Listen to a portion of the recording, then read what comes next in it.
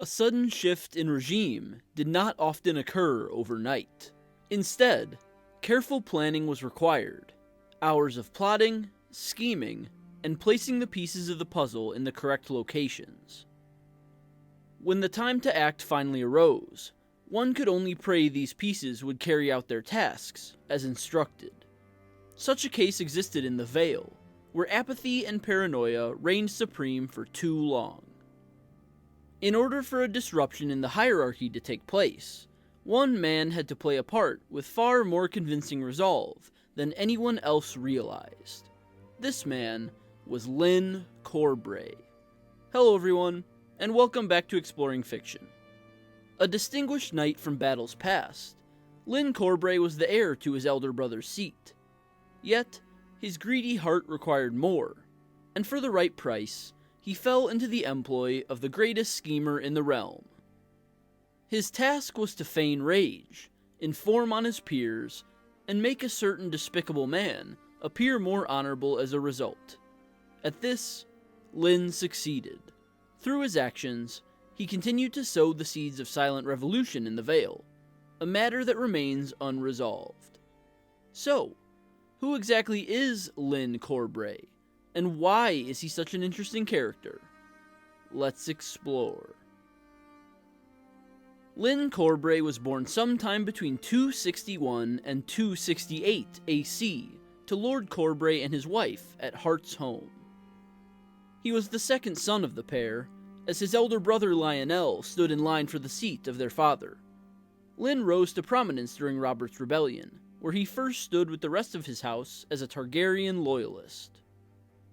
He was knighted during the early years of the uprising, though his finest hour was yet to pass.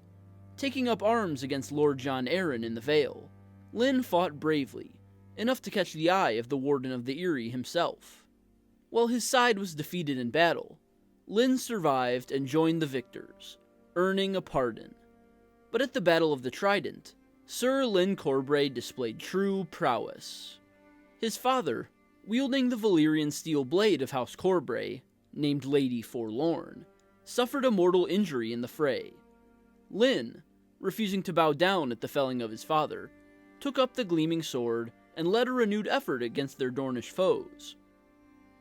With Lady Forlorn in hand, he personally slew Prince Lewin Martell, one of the famed members of the Kingsguard. For this great deed, Lyn's father gifted the young man Lady Forlorn, elevating his status while slightly souring soon-to-be Lord Lionel Corbray. While Lyn did not occupy the seat at Heart's home, he wielded the blade that protected it. Lyn Corbray was widely known to be a comely man, though he was infamously interested in males rather than women. He was thin and proud, with brown hair spilling to his shoulders, and a fiery temper much reviled across the Seven Kingdoms. Officially the heir to Lord Lionel, Lyn awaited a further chance to display his ferocity with a blade, which was to be sooner, yet much stranger, than he ever thought. Sir Lyn Corbray first appears in A Song of Ice and Fire in the initial novel A Game of Thrones. He resides in the Vale, and is mentioned prominently as a potential suitor for the recently widowed Lady Lysa Arryn. She refuses to wed, however, and he too remains without a spouse. He is present at the trial by combat of Tyrion Lannister, and though he offers himself as champion of the Vale, he is spurned by Lysa, who opts instead, to her shame, for Sir Vardis Egan. The elder man is bested by the sellsword Bronn, and all Lyn can do is escort the imp and his new champion back to the Bloody Gate, where he bids them farewell from the realm of the East, forever. The heir to Heart's home does not again appear until the fourth novel, A Feast for Crows. Lady Lysa Arryn is gone, dashed upon the rocks of the Mountains of the Moon.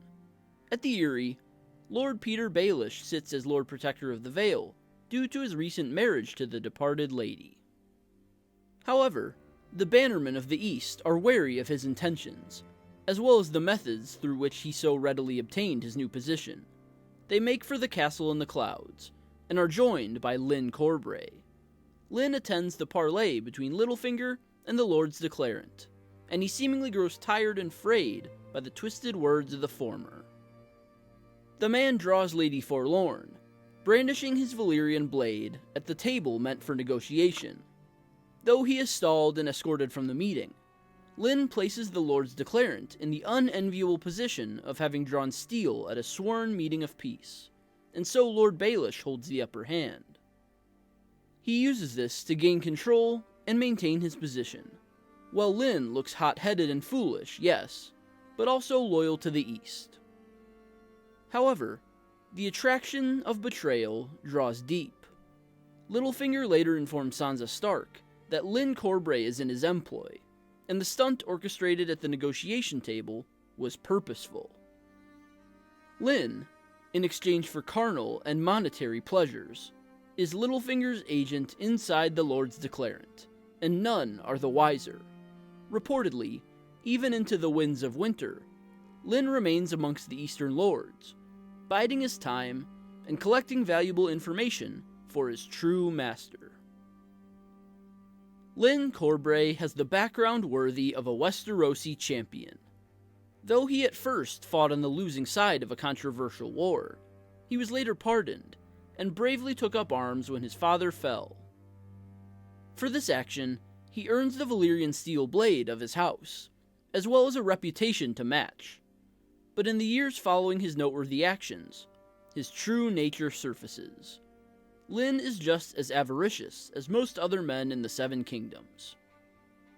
He seeks the feel of flesh and coin with as much reckless abandon as the greatest scoundrels, and his desire for such delicacies of debauchery lead him to align with Lord Peter Baelish.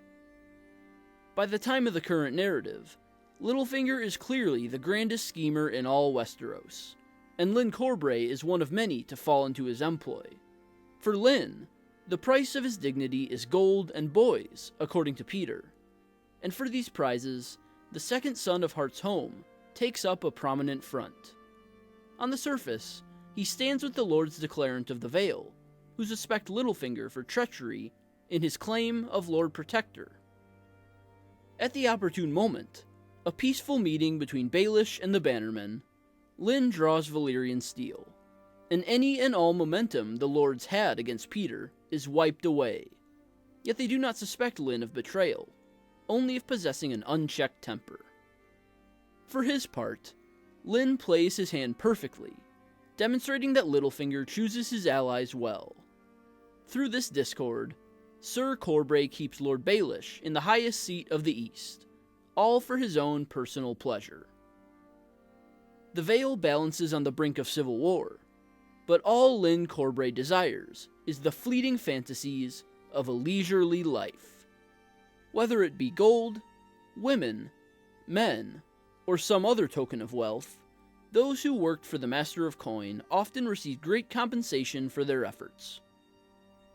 For Sir Lyn Corbray, it was enough to turn his cloak against the Lord's Declarant in favor of Lord Baelish.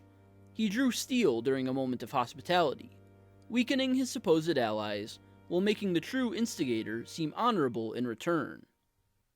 What's more, he remained in the company of the same lords as a spy, discreetly sowing discord in exchange for earthly pleasures. Though for good or evil it has not yet been revealed, Lyn Corbray is a vessel of change. So, that's all for this video. Leave a comment with your thoughts, I'd love to hear them. Leave a like if you enjoyed, and subscribe if you're new here. I'd love to have you. Visit my website, russellawellsauthor.com, for exclusive reviews, fiction, and more. And sign up for my mailing list for free exclusive content. The links for both are in the description below. And, like always, I will see you next time.